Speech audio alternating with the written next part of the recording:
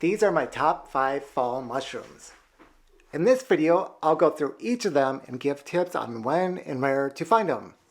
So, without further ado, number 5 is a cauliflower mushroom. These are large mushrooms that come back year after year, and they're also one of the best eating mushrooms. You can find them at a large range of elevations, from 1,000 to 4,000 feet. They come out in late October and last until late November, with many of them not showing up until later in the season. It's just as good as that one that I picked like 2 months ago. So it leads me to believe that this is like a slower growing, very hardy mushroom that just it doesn't decompose that quickly. Because the other one too, we had in our fridge for probably 3 weeks, and it still was great after 3 weeks. Oh, it looks great. These guys are kind of tricky to target. Their large size is offset by their rarity though. I usually find them at the base of old growth trees. I found them at the base of Douglas fir as well as larch trees.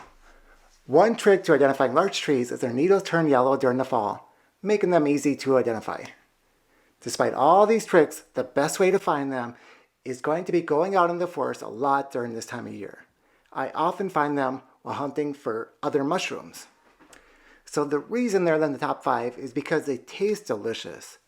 They go great in soup in place of egg noodles. They can have some bugs, but generally it's not that bad. Their large size makes them an awesome find, and you can go back to that same spot year after year. They're easy to identify. The only thing I could see people getting them mixed up with would probably be like a coral mushroom, but a quick internet search will positively identify them. Number 4 is lobster mushrooms. Lobster mushrooms are great for a couple reasons. One of the reasons is they're among the first to show up in the fall. Sometimes we're talking like early August you can find them.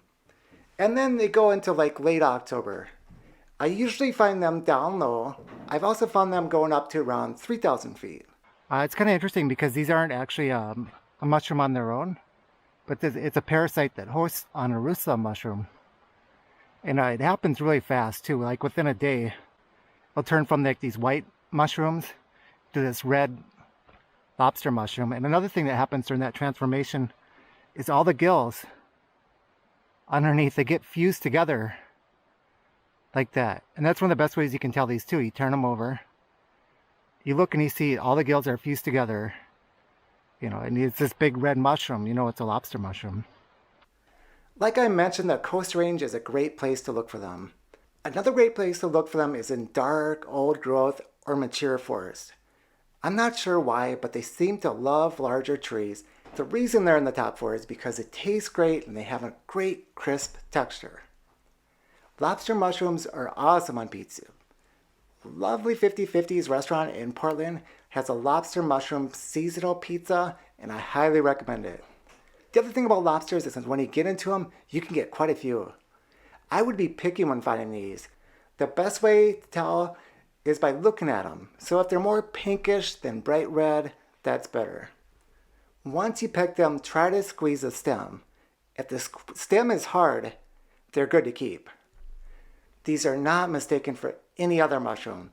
Number 3 is boletes. And to be more precise, it's the king bolete. So this is a king bolete, and it's very obvious because of this cap on it. It's called a penny bun is another name for it, because if you look at it, it looks just like a hamburger bun. It's not slippery or slimy or anything. It's just kind of like a nice feel to it. And let me get this thing. Yeah, this nice king bolete. These boletes, when you turn them over, see that? It's not gills or anything. It's pores. They're called a polypore mushroom. And yeah, I like that top, and they get really big. This one looks really nice actually. They get bigger than this though too. And what we really like is we like the stems on these. We cook them in a hot pot, and then not so much this spongy stuff underneath the cap. See how you can just peel that away? I usually don't eat that. I mean, it's totally edible, but I just don't like it that much. And then if you open up this cap, see how soft that is? It's just like this ultra soft, like a spongy thing. It's almost like unlike anything else. That's really where these kings shine is, or porcinis, is just this texture. And you can eat them just straight up too. You don't have to cook them or anything. So I'm just gonna peel all this way right on the field because just look at that ultra soft white texture. And it's got like a sweet taste to it too. Yeah, definitely one of our favorite mushrooms. You know, flip it over, make sure there isn't gills. You'd see something like this. The white flesh, all things you can tell. Definitely king bolete. They have a long season, from early August to late November. These come out early in the year at higher elevations like 5,000 to 6,000 feet. You can find them while going up any volcano in the Pacific Northwest. They love the subalpine zones. Interesting enough, they also come out very low, like down at sea level.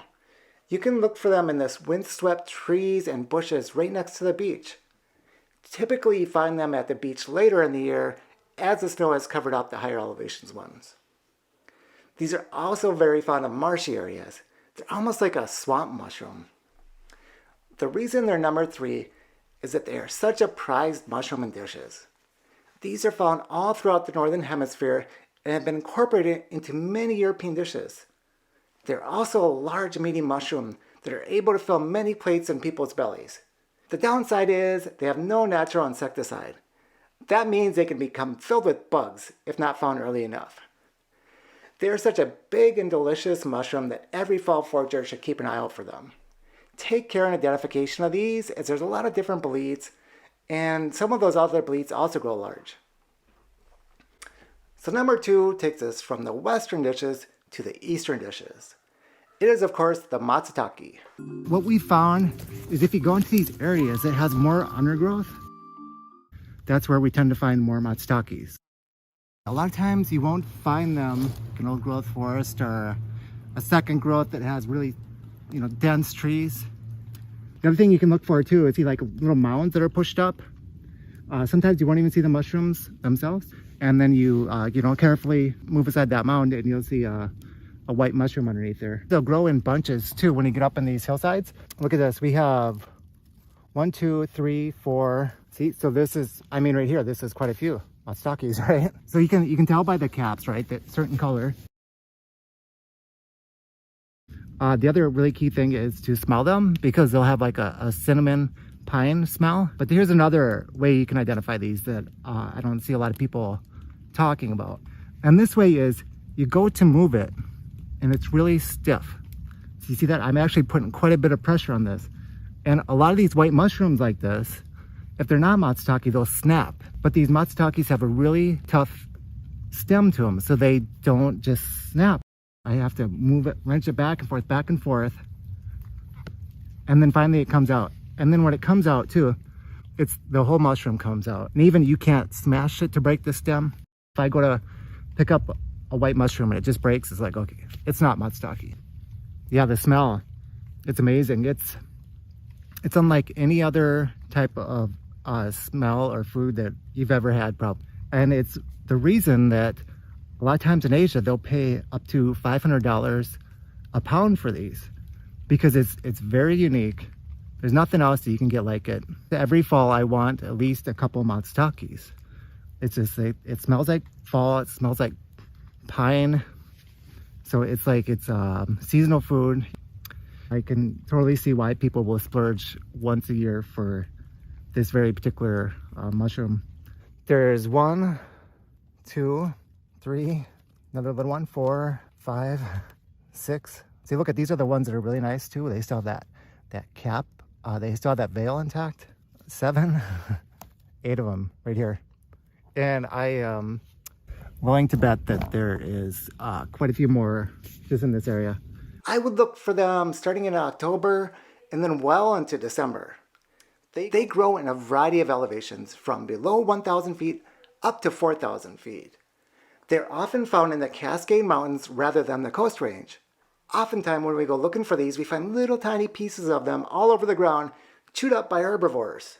When you run across something like that, stop and start inspecting the area. The herbivores often do not find the ones that are still under the leaves or pine needles. A push-up in the forest floor will often reveal a number of Matsuake in the area. The ideal stage for these is when the veil is still attached. Those would be the prime Matsuakes. The reason they're number 2 on the list is taste. There is nothing like the taste and smell of a Matsuake. The smell is immediately associated with fall time for us. Matsutake soup is as comforting as a fire in the fireplace. Many Asian dishes incorporate them. Adding a few to a rice cooker brightens up the rice like nothing else. It's no wonder these can fetch such a high price. I also recommend tempura frying them and dipping them in ponzu sauce. They are very bug resistant and you will often find large patches of them. The way to identify them is by a smell. Put your nose up to them. They have a cinnamon pine smell. It's almost like red hot candies. Trust me, these are an amazing eating mushroom when prepared correctly. The best tasting fall mushroom of any, in my opinion. But that brings me to the number 1 fall mushroom. If you're familiar with mushroom hunting in the Pacific Northwest or anywhere in North America, you already know what it is. These are often the first wild mushroom that people will identify and eat. Even those that have never foraged for wild mushrooms will probably know these. The number 1 mushroom is the chanterelle. Chanterelles are the most popular wild edible mushroom in Oregon and Washington. They are probably the first wild mushroom that people try when they get into foraging. For a lot of people, it's probably the first time they've foraged anything. And it can be a little daunting. We all know that there's poisonous mushrooms out there. So identifying chanterelles is key. It's something that once you do it, it's going to be well worth it. You know, it's a great culinary item, and it's a lot of fun too, going out mushroom hunting. So it can turn into a great pastime, a great hobby. Luckily, they're really easy to identify. So once you learn how to identify them, you're not really going to mistake it for any other mushroom. Like the name suggests, they're a nice golden color. Right, so let me bring you down here. You want to make sure it's the right season. So chanterelles, they come out in the fall time. It's going to be like maybe mid-August through early December. Okay, check 1, it's the right season. Check 2, look for a color, the golden color. All right, let's see. Now we can proceed on to move on, and we can see, make sure it's the right size. You know, if it's a really small mushroom, it's not going to be chanterelle. And if it's a really large mushroom too that's golden, it's not going to be a chanterelle either. You can find them all the way from sea level, all the way up to the subalpine areas on the mountains. The yellowfoot chanterelle, they can even be found throughout the winter and into the springtime. I find that these grow in the old growth forest as you'd expect, but oftentimes the really good patches, they're found in younger forests of 100 to 50 years old. They are most often found in the Coast Range or west of the Cascade Crest. We often find them around the edges of meadows higher up too. Make sure to keep a lookout for white chanterelles too. We get almost as many of those as golden chanterelles. There are many reasons they are number 1. They are very abundant, they have a great flavor, they never have any bugs, and they even look appetizing. They're great in soups and sauces.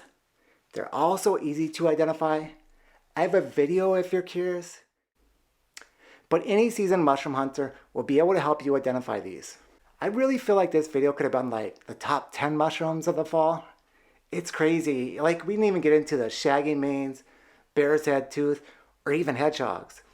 So yeah, there's a lot to go over with mushrooms. So please check out my other videos, and thanks for watching.